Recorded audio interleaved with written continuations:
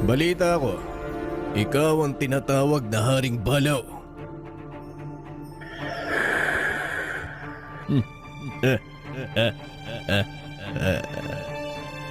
Lando, matagal ko nang naririnig ang pangalan mo. Gustong gusto kitang gulpihin dahil maraming nilalang ang natatakot sa'yo.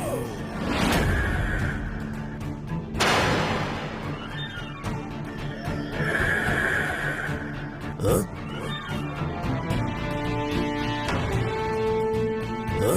Marami nang kumalat na kwento tungkol kay Kalando.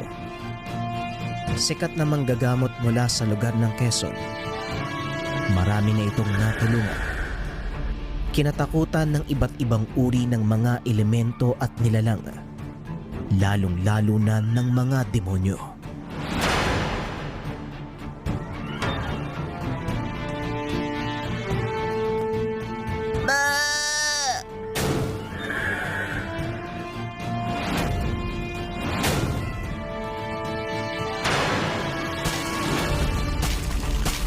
Paulit-ulit na sinusuntok ni Haring Balaw ang lugar.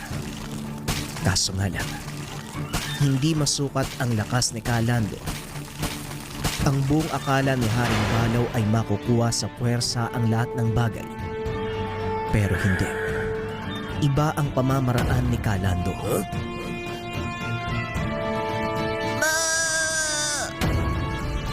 Kung matagal mo nang naririnig ang pangalan ko, dapat alam mo kung ano ang aking katangian.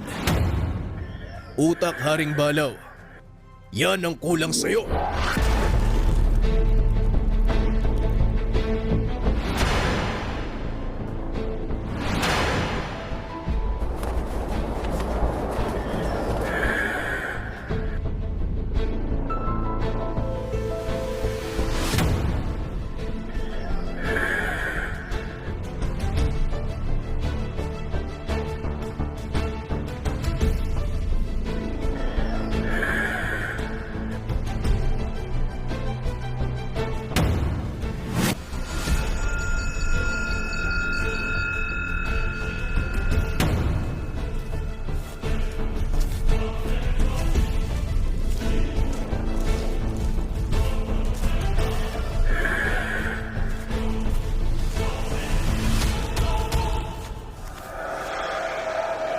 Anong ginawa mo? Bakit hindi ako makagalaw?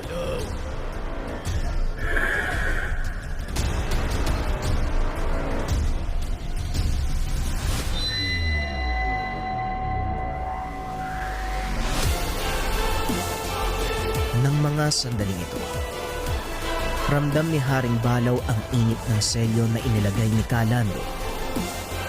Gumagapang ito sa iba't ibang direksyon hanggang sa maramdaman niya ito sa buong katawan.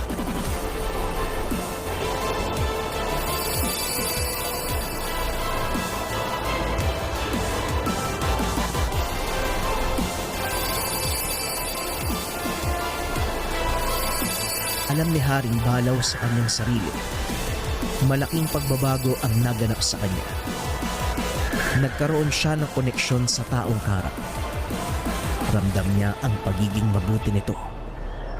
Hindi isang kalaban si Kalando.